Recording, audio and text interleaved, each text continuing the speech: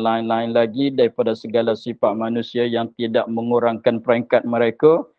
Dalil dia senang saja.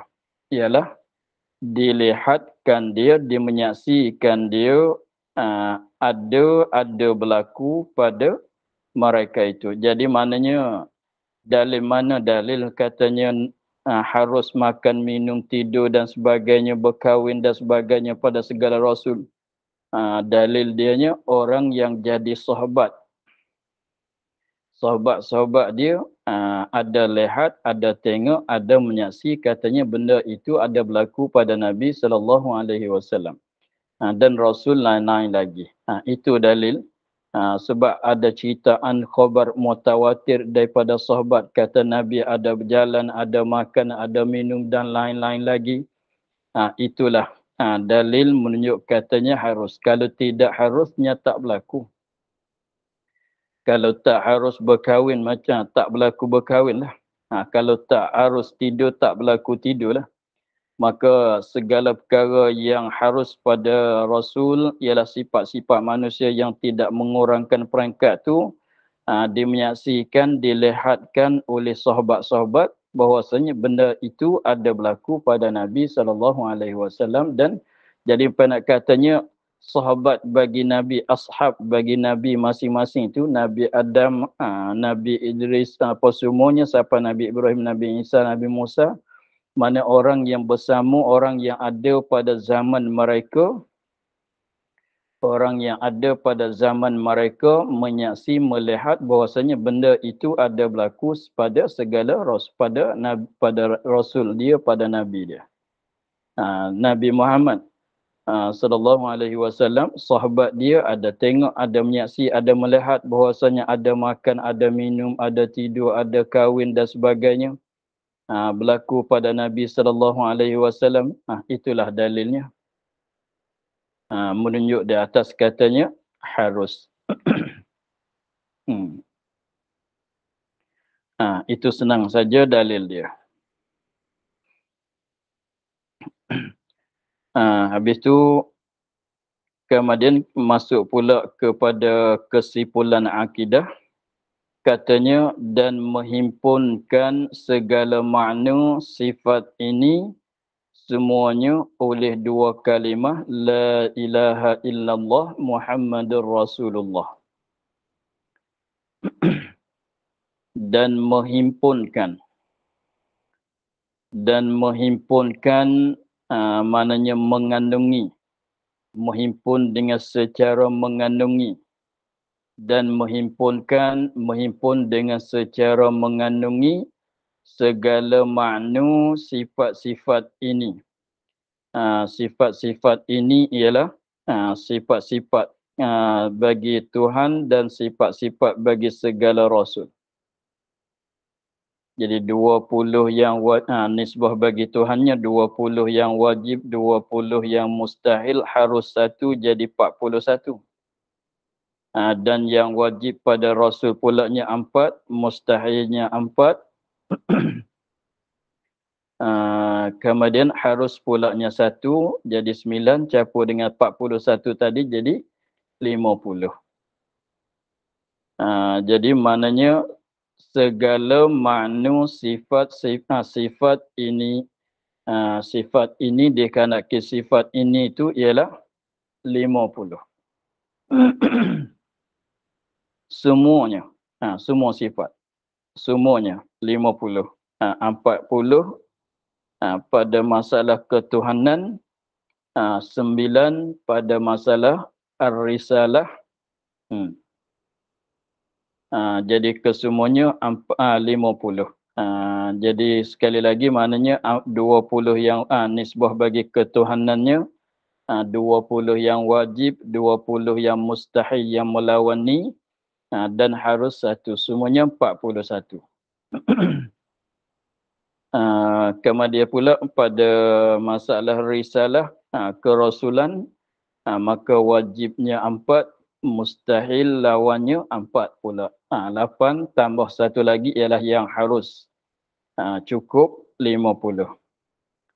Maka 50 sifat yang sudah kita belajar kesemuanya, makna dia makna bagi 50 sifat kesemuanya dikandungi oleh kata La ilaha illallah Muhammadar Rasulullah. Itulah makna katanya dan menghimpun dengan secara mengandungi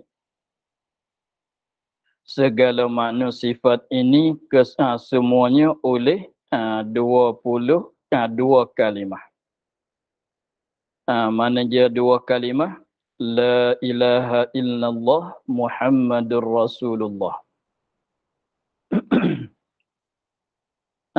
Jadi 2 kalimah tu la ilaha illallah itu satu kalimah.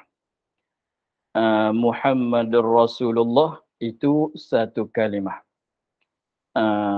Jadi 2 kalimah lah. Tetapi maksud dengan kalimah di sini kalimah pada lugah.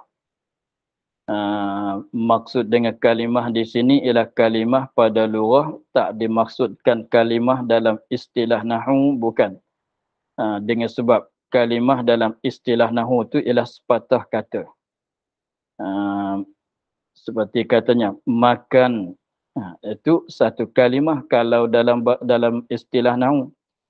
Adapun di sini maknanya perkataan. Semata-mata perkataan bersusun ke tidak bersusun. Perkataan yang memberi faedah.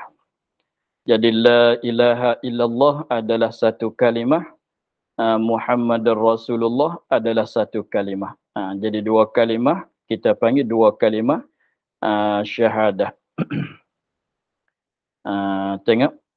Jadi masuk di bawah kata la ilaha illallah 41 daripada yang bersangkutan dengan ketuhanan uluhiyah, dan masuk di bawah kata Muhammadur Rasulullah ialah 9 yang bersangkutan dengan ar-risalah, kerasulan. Apa makna dianya? Arti dia, terjemuh dia, tiada Tuhan melainkan Allah. Muhammad itu pesuruh Allah. Begitulah maklum. Jadi apabila kita katanya la ilaha illallah, tiada Tuhan melainkan Allah, dalam perkataan ini mengandung 41. Apabila kita katanya Muhammadur Rasulullah, di dalam perkataan Muhammadur Rasulullah itu ada mengandungi 9 perkara. 4 yang wajib, 4 yang mustahil, harus 1. Terkandung di dalam kata la ilaha illallah Muhammadur Rasulullah. Kemudian katanya dan kenyataan demikian itu. Dan kenyataan demikian itu penjelasan dia. Huraian dia. Dan kenyataan demikian itu kat tepi atau kat bawah tu ada. Artinya kenyataan himpun 2 kalimah ini akan makna segala sifat ini semua. Jadi nak cerita wajah dia. Jalan mana boleh katanya 50 sifat masuk di bawah kata la ilaha illallah Muhammadur Rasulullah. Artinya jalan nak menyatakan wajah bahawasanya 41 perkara masuk di bawah kata la ilaha illallah, dan 9 perkara pula masuk di bawah kata Muhammadur Rasulullah. Jalan mana boleh kata masuk? Meskipun ni melengkapi, mengandungi itu, maka di sini akan dinyatakan. Itu maknanya dan kenyataan demikian itu, penjelasan dia, huraian dia, wajahnya, bahwasanya kalimah yang pertama, mana dia kalimah yang pertama, iaitu la ilaha illallah. Kalimah yang pertama iaitu la ilaha illallah. Kalimah yang pertama itu memberi faedah, yakni memberi faham, memberi makna memberi faedah, memberi faham, memberi makna akan ikrar, mengaku. Akan ikrar, akan mengaku, akan pengakuan dengan menafikan ketuhanan daripada yang lain daripada Allah dan mengisbatkan dia akan ketuhanan baginya bagi Allah Subhanahu wa taala. Itu makna yang pertama. Makna bagi kalimah yang pertama, faedah dia katanya kerana bahwasanya kalimah yang pertama iaitu la ilaha illallah dengan maknanya tiada Tuhan melainkan Allah. Memberi faedah, memberi faham makna.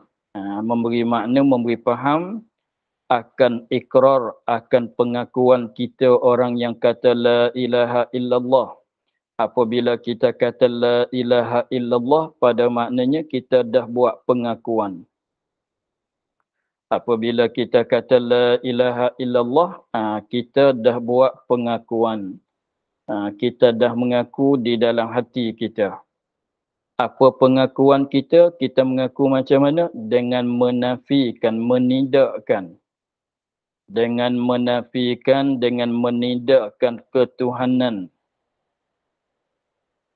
Ketuhanan maknanya jadi Tuhan. Menafikan, menidakkan ketuhanan daripada yang lain daripada Allah. Maknanya lain daripada Allah tak jadi Tuhan. Yang lain daripada Allah bukan Tuhan. Itu maknanya menafikan ketuhanan daripada yang lain daripada Allah. Menafikan ketuhanan daripada yang lain daripada Allah, maknanya lain daripada Allah bukan Tuhan. Lain daripada Allah bukan Tuhan.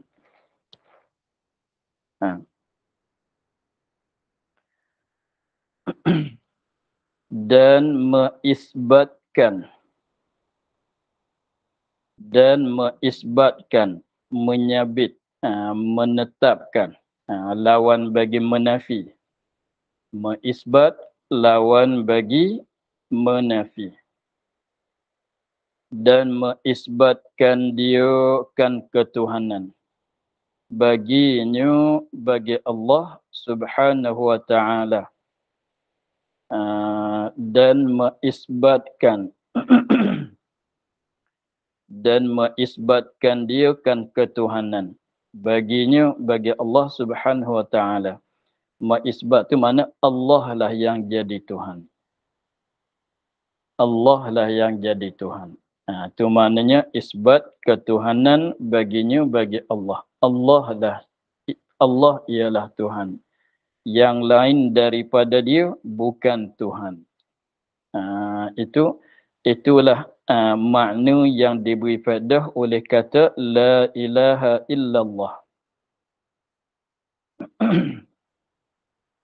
Jadi kalau kita perhati di sini, kita kata la ilaha illallah, dia mengandungi dua, menafi dan isbat.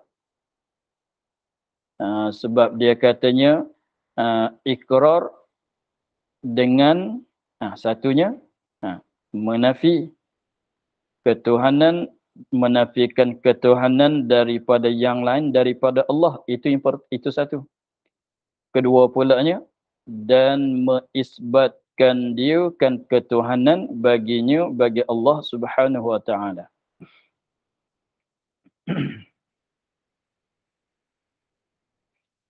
Jadi dua perkara, menafi dan mengisbat. Ambil ringkas-ringkas dulu.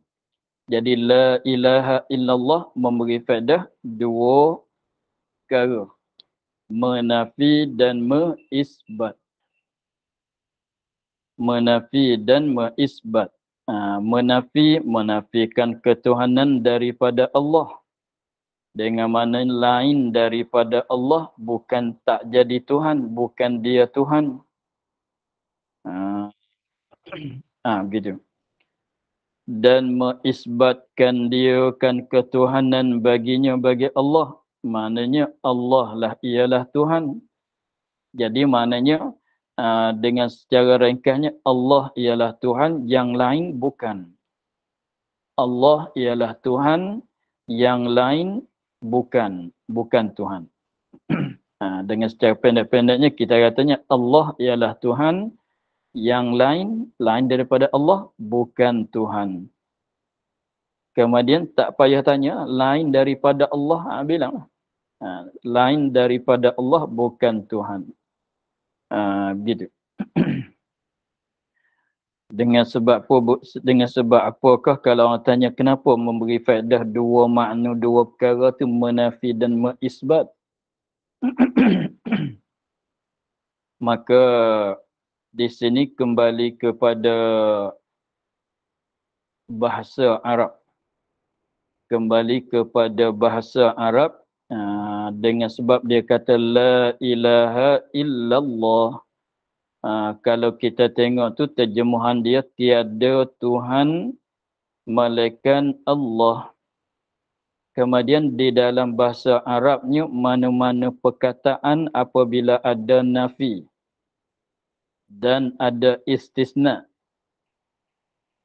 Ada nafi dan ada istisna. Mana nafi? Pada kata la, tiada. Mana dia istisna? Pada kata illah, yang diterjemuh dengan kata melainkan. Apabila ada dua perkara tu dimulai dengan nafi, diikuti dengan istisna. Ini dalam kaedah bahasa Arab. Kalau kita perhati, dimulai dengan nafi yang diterjemuh dengan kata tiada, kemudian diikuti pula dengan malaikan dengan kata illah. Maka itu panggil katanya memberi faedahkan makna hasar. Memberi faedah akan makna hasar, mesimpan, mesakat. Menghasar, mesimpan, mesakat. Maka di situ mana-mana apabila ada hasar, ia beri faedah makna dua perkara ni lah, menafi dan mengisbat. Seperti kita katanya, saya tiada makan melainkan nasi. Saya tiada makan melainkan nasi. Saya tak makan melainkan nasi. Ya dah tu. Saya tiada makan. Itu tiada. Nafi. Melainkan nasi. Itu di situ ada dua perkara, menafi dan mengisbat. Menafi, menafikan makan lain daripada nasi. Menafi, menafikan makan yang lain daripada nasi. Isbat di mana? Isbatkan makan nasi. Isbatkan makan nasi. Menafikan lain daripada nasi. Itu dia. Itu dia pada bahasa Arab katanya hasar. Hasar pun ada panggil, artinya qasar pun ada panggil. Tapi dia syaratnya ada nafi dan ada istisna. Ada nafi diterjemuh dengan kata tiada la, dan ada istisna, ada illa, diterjemuh kata melainkan. Itu akan memberi faedah dua, menafi dan mengisbat. Sebab itulah kalimah yang kedua dia tidak kata la Muhammadun illa Rasul. Tapi memberi faedah sama tu. Sebab tu tak boleh kita nak kata la Rasulullah illa Muhammadun. Ini salah. Tak boleh nak kata, kalau nak kata ma Muhammadun illa Rasulullah, itu boleh. Kalau nak kata la Rasulullah illa Muhammad, tiada pesuruhan Allah melainkan Muhammad. Mana menafikan jadi Rasul daripada lain pada Muhammad dan mengisbatkan Rasul pada Nabi Muhammad saja. Itu salah. Sebab Rasul bukan Nabi Muhammad seorang. Tengok. Itulah lebih kurang kembali kepada bahasa Arab. La ilaha illallah memberi faedah akan pengakuan kita dengan dua perkara. Apabila kita kata la ilaha illallah, maknanya kita mengaku dengan dua perkara. Satunya kita mengaku dengan menafikan ketuhanan daripada Allah. Satu lagi pulanya kita mengaku dengan mengisbatkan akan ketuhanan bagi Allah. Dengan maknanya apabila kita kata la ilaha illallah, maknanya kita menyabitkan, menetapkan ketuhanan bagi Allah. Allah jadi Tuhan. Dan kita menafikan tuhanan daripada yang lain daripada Allah, maknanya kita kata yang lain daripada Allah bukan Tuhan. Itulah faedah yang diberi oleh perkataan la ilaha illallah. Adapun yang kata tadi tiada Tuhan melainkan Allah, itu terjemah dia. Itu terjemah dia daripada bahasa Arab kepada bahasa Melayu. Itu bukan makna dia. Bukan terjemah dia saja. Maka makna yang terkandung yang diberi faedah oleh kata la ilaha illallah inilah. Menafikan ketuhanan daripada yang lain daripada Allah dan mengisbatkan ketuhanan bagi Allah Subhanahu Wa Taala. Itu.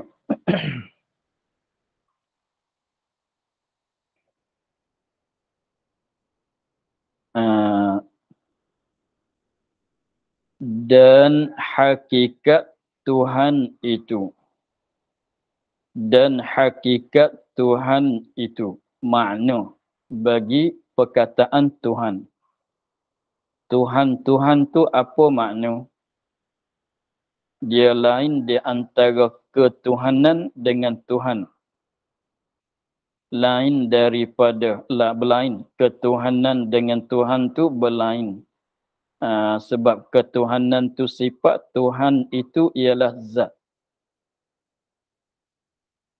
Ketuhanan itu maknanya sifat, sebab tu kita katanya ketuhanan maknanya jadi Tuhan. Jadi Tuhan. Peringkat. Adapun Tuhan itu ialah zat. Seperti kita katanya raja. Raja, maka kena atas diri orang. Tapi kalau kita kata kerajaan, itu sifat dia. Kerajaan itu sifat dia. Adapun raja itu diri dia. Raja ialah zat. Kerajaan ialah sifat. Itu tak sama.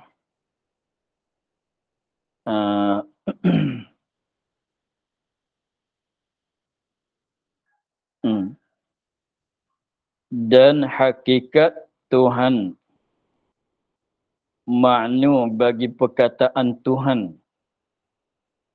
Sebab Tuhan ini apa dia? Zat yang bersifat dengan sifat ketuhanan. Zat yang bersifat dengan sifat ketuhanan ialah Tuhan. Seperti raja tu, siapa raja? Orang yang ada kerajaan pada dia. Orang yang bersifat dengan sifat kerajaan pada dia. Ada bersifat dengan sifat kerajaan, yang itulah ialah raja. Begitu. Maka di sini dia katanya dan hakikat Tuhan. Tidak nak cerita hakikat ketuhanan. Tidak nak cerita hakikat ketuhanan. Di sini nak cerita hakikat Tuhan. Apa makna Tuhan? Dan hakikat Tuhan itu mereka.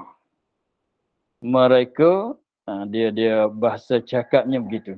Jangan perasan kepada manusia lah sebut kata mereka. Sebab lalu kita bahasa Melayu kita apabila kita bercakap mereka ni bayang kepada manusia.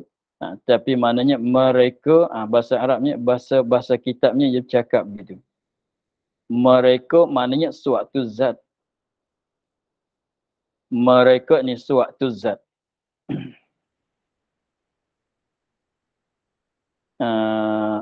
Mereka yang ni suatu zat.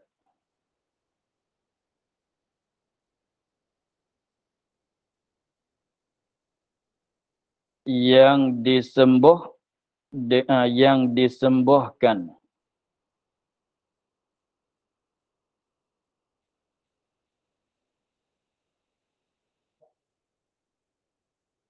Apa?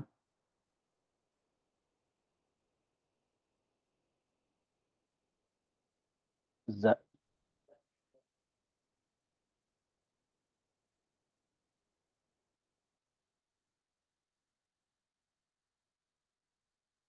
Miskah tu. Dan hakikat Tuhan itu zat yang disembahkan.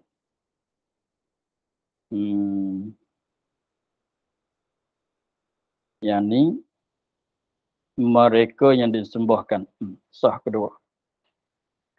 Sebab kalau kata mereka pun dikehendaki dengan mereka tu zat juga. Kalau dah tulis kata zat tu dah tak kena tafsir lah.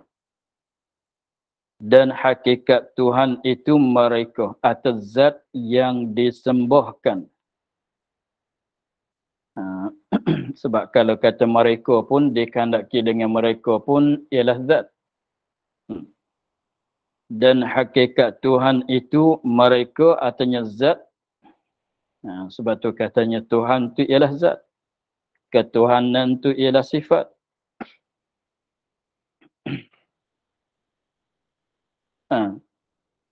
Sebab sekali lagi, dan hakikat Tuhan.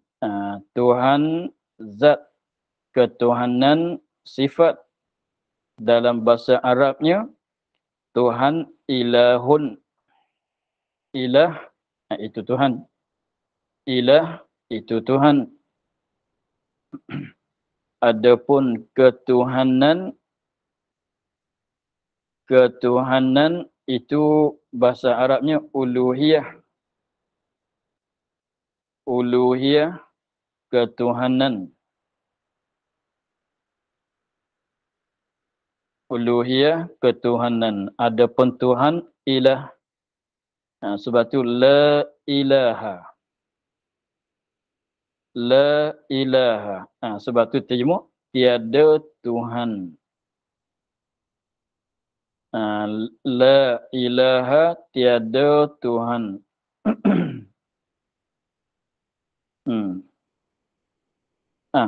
Dan hakikat Tuhan itu mereka atas zat yang disembahkan.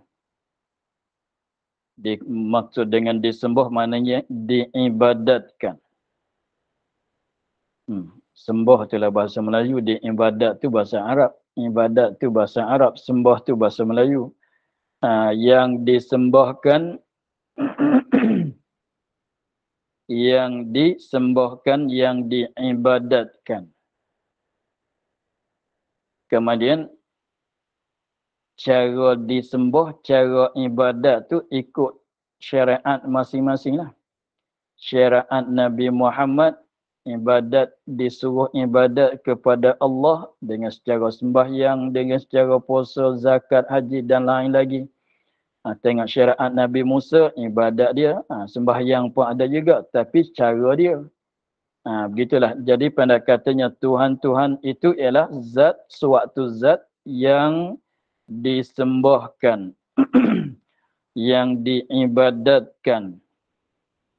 Disembah, diibadat tu dengan sebenar. Disembah dengan sebenar. Mana dengan secara betul.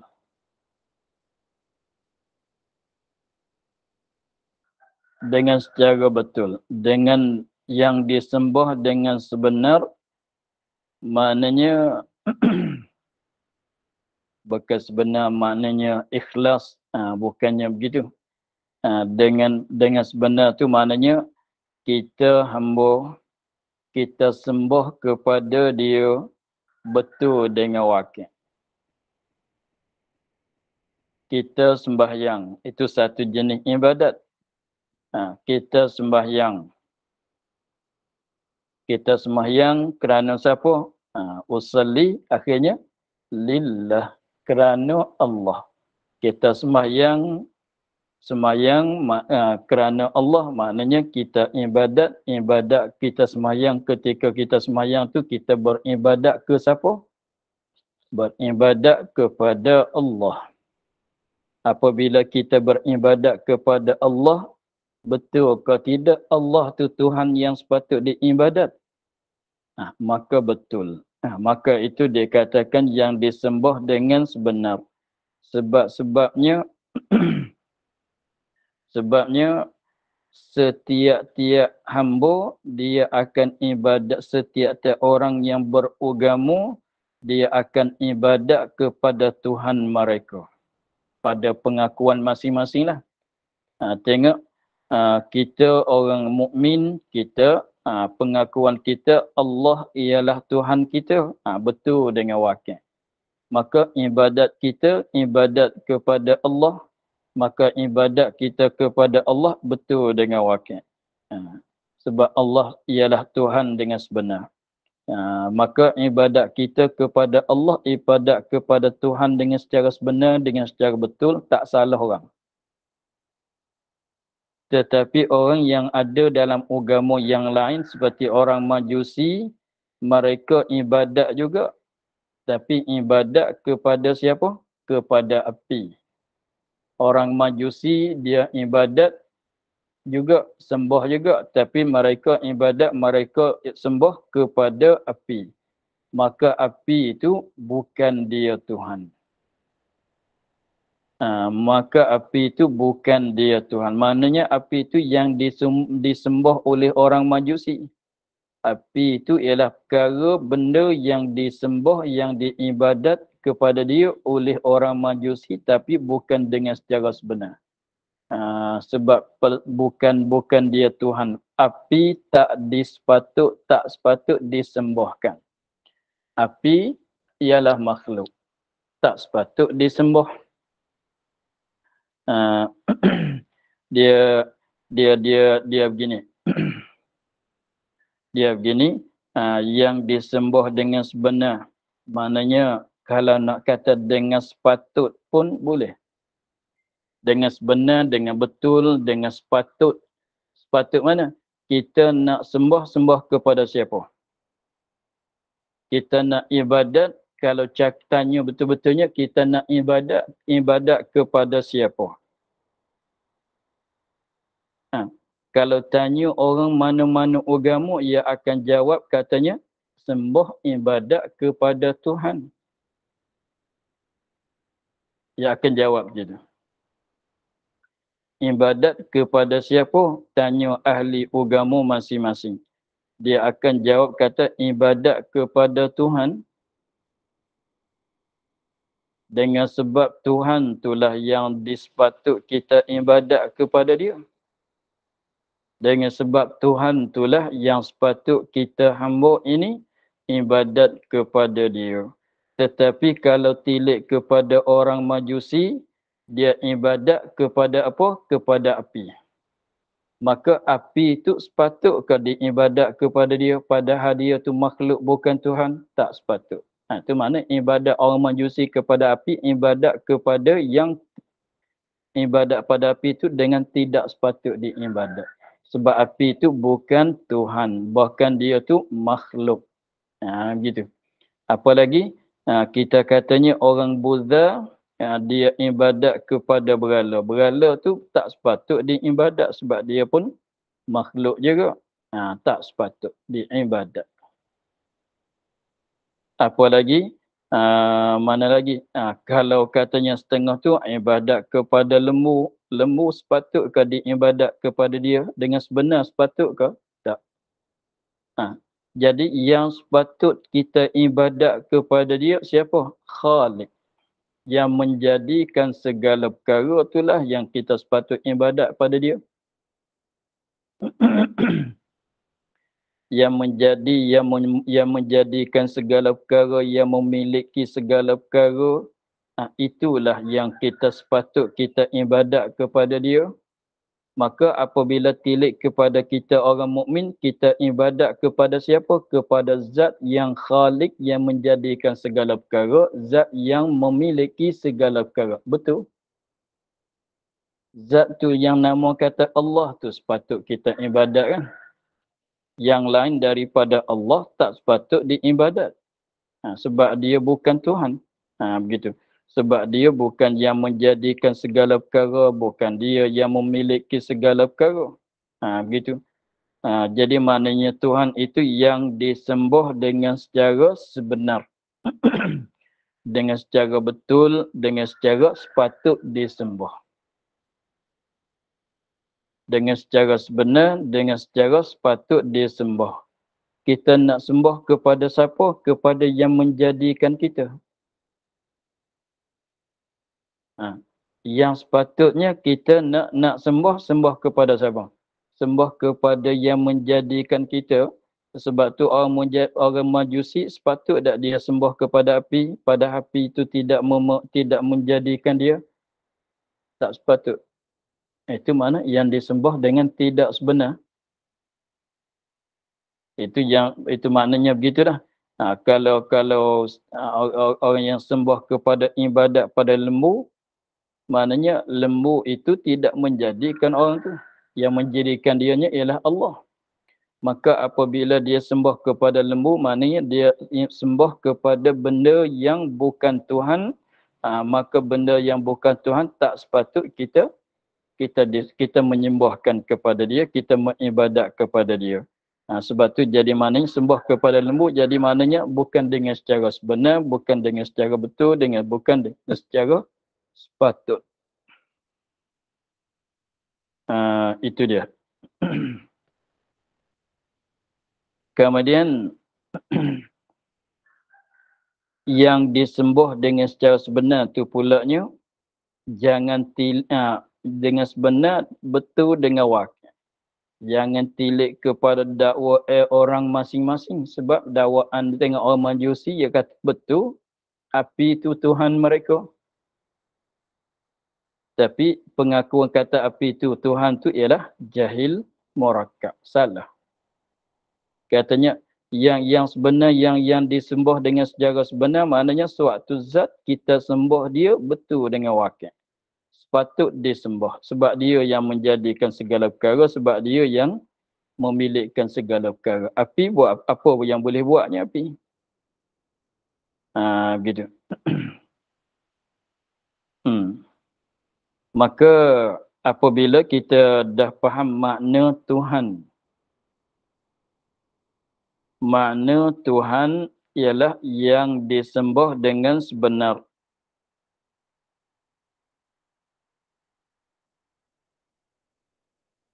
Tuhan-Tuhan itu yang disembah, maknanya zat yang disembahkan dengan sebenar.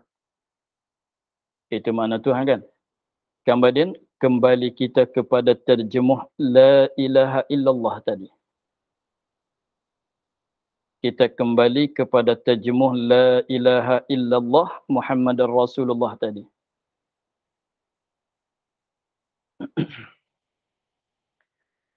Terjemah La ilaha illallah, apa terjemah dia? Tiada Tuhan malaikat Allah. Itu terjemah dia kan? Tiada Tuhan malaikat Allah. Tiada Tuhan malaikat Allah. Itu terjemah. La tiada. Ilaha Tuhan.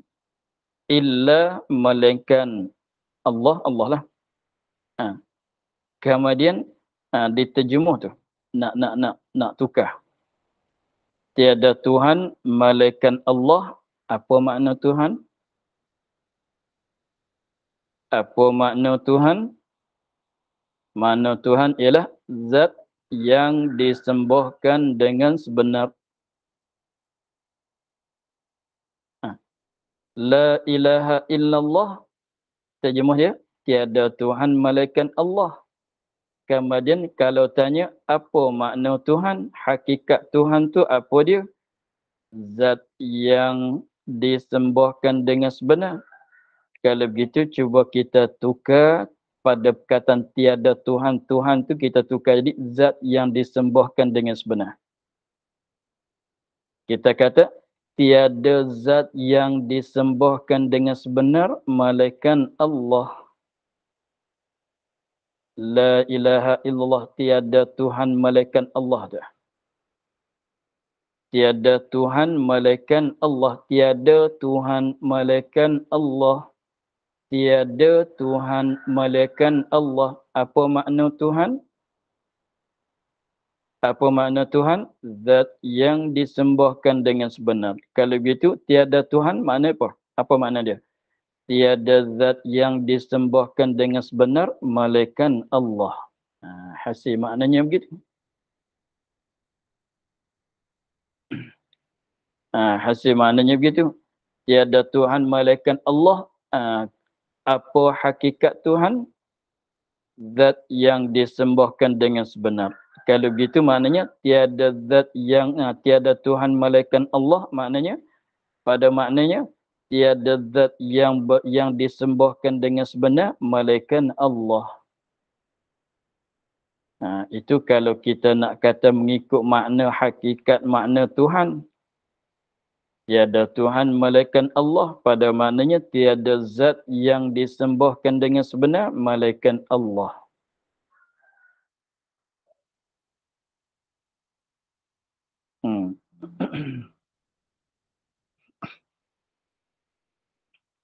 Itulah. Kemudian apabila kita dah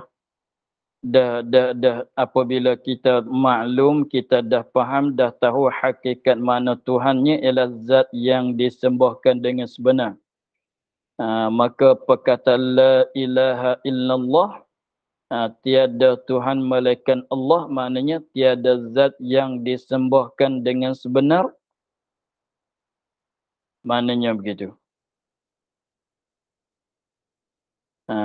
Maknanya begitu. Maka di situ apabila kita kata tiada Tuhan melainkan Allah, pada maknanya tiada zat yang disembahkan dengan sebenar melainkan Allah. Sebab Tuhan tu ialah zat yang disembahkan dengan sebenar. Kalau kita nak ulang aliknya, Tuhan tu apa dia? Tuhan tu apa hakikat Tuhan? Zat yang disembahkan dengan sebenar. Kalau kita kata begitu. Kalau orang tanya, apa hakikat Tuhan, nak bagi lancar, nak bagi terlancar dengan perkataan ini, apa hakikat Tuhan? Jawabnya, zat yang disembahkan dengan sebenar. Zat yang disembahkan dengan sebenar. Kemudian, itu kalau orang tanya, apa hakikat Tuhan? Kita jawab katanya, zat yang disembahkan dengan sebenar. Kalau orang tanya begini pula,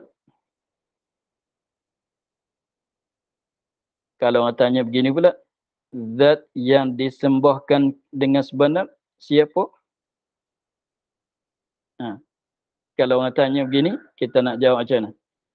Zat yang disembahkan dengan sebenar itu siapa? Zat yang disembahkan dengan sebenar itu siapa? Tuhan. Apa hakikat Tuhan? Zat yang disembahkan dengan sebenar. Apa hakikat Tuhan? Jawabnya, zat yang disembah dengan sebenar. Kalau orang tanya, zat yang disembahkan dengan sebenar itu siapa? Kita jawab kata, ialah Tuhan. Begitulah. Katalah begitu untuk nak lacarkan lidah kita. Apa makna hakikat Tuhan? Zat yang disembahkan dengan sebenar.